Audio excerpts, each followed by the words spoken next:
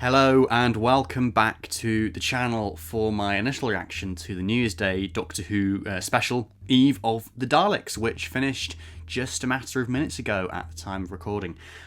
So I will just start by saying that I'm planning on doing a fuller review with Miles of the episode very shortly, within a few days that should be out. So there will be more of a chance, for discussion and deeper sort of analysis there, if you like.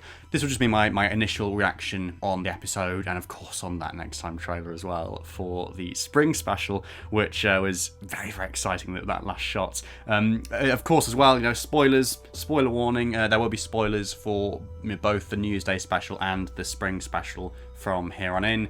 So without further ado, let's just stick with the special, today's episode. To begin with, as exciting as the news is about Legend of the Sea Devils, I think it's called. Wow. So it was pretty much what I thought it would be, I think. Pretty much what it said on the tin. No sort of shocks or surprises. They weren't keeping anything back. It was just, the characters that we knew about, and a sort of fairly predictable plot, but I did enjoy it. I had a good time with it. It was just a fun hour of TV. And fun hour of Doctor Who, and I think particularly it played to Chris Chibnall's strengths, because a lot of the stories that he likes to do, particularly with the 13th Doctor, are about the Doctor sort of formulating plans. Think back to the Saranga Conundrum, or like in Can You Hear Me, when she says, if you want a plan, come to me. All that sort of stuff within the past few seasons. He likes to write about the Doctor sort of solving problems, essentially. He likes to think of the Doctor as a sort of a problem solver, and to write episodes like that, basically, which links to how, the whole writing process as well works, in terms of him, putting the words on the page and stuff. It's something that requires a bit more thought to sort of articulate properly, but I did think this played to his strengths, in the sense that, we've got this one location. It's based on the Siege store, essentially. One location, like 4 or 5 main characters who we meet within the first, few minutes, and that's it. A very common complaint in some of the recent Chibnall stuff is, he throws in too many characters too late in the day, like Kate Stewart in Flux. None of that going on here. It was literally just, as I say, all sort of extrapolated from, literally from that first time loop, and then everything we saw beyond that in the episode was just like a variation of that, or a variation on the themes of the characters. I liked that. I think just stripping it back to that and making it a story about just the Doctor solving a problem with no added frills or any extra stuff in there, no distractions or anything. It was just very, very stripped down to that essence of what these stories are and what he likes to write about. So I liked that, and I liked how it came together.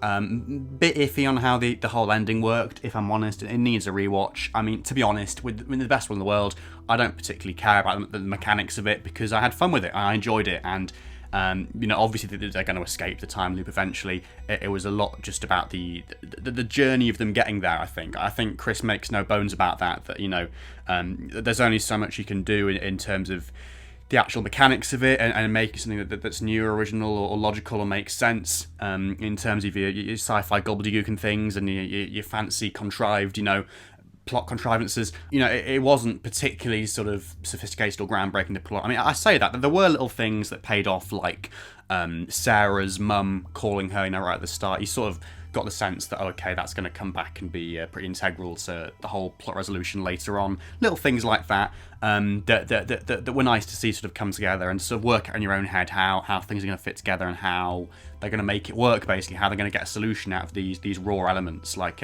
it's essentially like a game, basically, like a board game or a video game or whatever, where you've got these different levels, with each time loop, and you're sort of given these raw materials and these tools and things and resources to get out of this situation, to save the day, to solve the problem.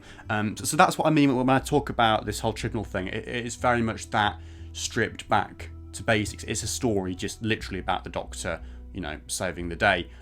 And sort of stripping it back that far, I think, does then allow us to focus on the journey a bit more, and to focus on the characters, really. I mean, what I hadn't quite sort of foreseen with this is how the whole time loop thing would be used as a sort of device to sort of to sort of, I don't know, to imitate and to articulate that idea of change and learning from past mistakes and things, you know, like the scene with Sarah and Nick where they have the row, or rather where Sarah kind of lays into him, quite frankly, just before he sort of sacrifices himself in like the third time loop, I think, or something like that. That kind of sticks out from that point of view because, you know, she says stuff there which she can't sort of backtrack from, and yet because the whole thing is repeated with the time loop, she has to sort of deal with the consequences of that in a way that, you know, it wouldn't usually happen if she'd just been exterminated by the Dalek and that was it, and that was her dead. So I liked that. Again, you know, with the whole the Thasmin thing as well, just to put it bluntly, it sort of played into that as well. Oh gosh, I didn't actually see it coming that they would commit to that, but I do like that they have done, you know, because the seeds have been sown for a long time, over like 2-3 series basically. It could have gone either way, with either, you know, Yaz and the Doctor just being really good friends, and Yaz sort of aspiring to be like the Doctor, you know, what would the Doctor do, all that sort of stuff. They have very clearly now gone in that trajectory of a relationship between the pair. Although having said that, I don't think, you know, given Doctor Who's track record with this whole idea of the Doctor being this sort of semi-immortal being who can't live a normal life, we're not going to see them sort of move in and have a domestic life and all that sort of stuff. It's not going to happen. And of course, you know, the 13th Doctor is going to regenerate in a couple of stories anyway, and Yaz is going to be off the table as far as things are concerned moving into RTD2. I would say, you know, we've had this before with Rose and with River Song. I mean, it's one thing to sort of think, the Doctor shouldn't have any romance of any description, you know, gay or straight or whatever. But obviously, you know, look what happened there. In both those instances in the past, it didn't end well in either instance. And so I think it is more definitely about the potential of the stories you can tell. We haven't, you know, putting aside the fact that it's a lesbian relationship, or that's what it's sort of aiming towards.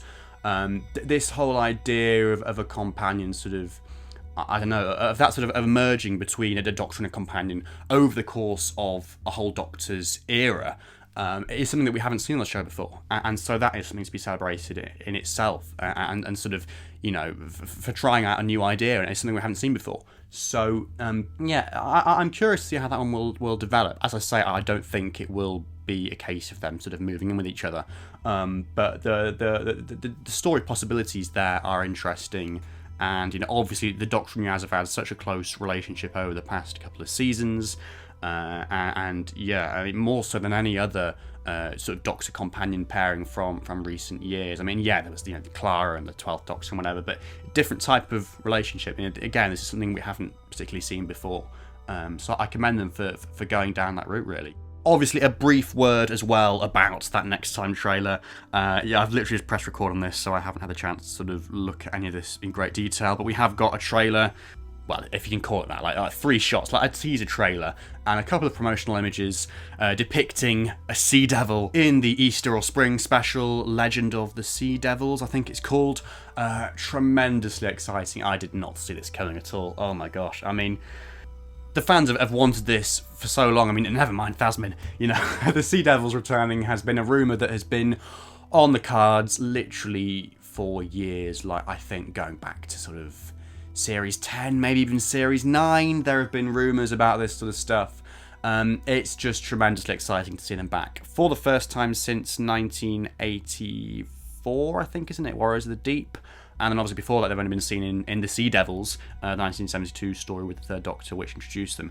So that is very exciting to see those aquatic dudes again making an appearance. Yeah, I wasn't expecting them to actually do it because, you know, there've been so many rumours for so long, like I say. But very exciting, and that has sort of shot up my excitement for the next special now. You know, I was thinking to start with, oh, you know, okay, Chinese pirates or whatever. It doesn't appear to be anything particularly stand out about this premise so far. I was kind of thinking, you know, we'll wait and see what happens after Eve of the Daleks. We'll wait and see what new details emerge. I was not expecting them to throw a Sea Devil at us. So that is just amazing. And of course, I'll be talking more about the Easter special, I'm sure, in other videos between now and then. And we'll be talking about all of this stuff in more detail with Miles, as I say, in a video very, very shortly. So do look out for that. But yeah, overall initial thoughts on this special. Yeah, very enjoyable. You know, it wasn't anything particularly groundbreaking, but at the same time, I think it offered a very distilled version of what Chris Chibnall's Doctor Who is about and where his priorities lie as a writer. And it was just a good hour of fun, really, with Daleks, and so you can't argue with that. But anyway, that's what I thought. What did you think of this episode? I'd love to hear in the comments below. Please like this video if you've enjoyed it. That will really help me out. And also subscribe if you are new here to the channel for other Doctor Who discussions, reactions, reviews, collection and merchandise based stuff, as well as we move into 2022. Exciting times ahead. But otherwise, thank you so much for watching. Stay safe and yeah, bye for now.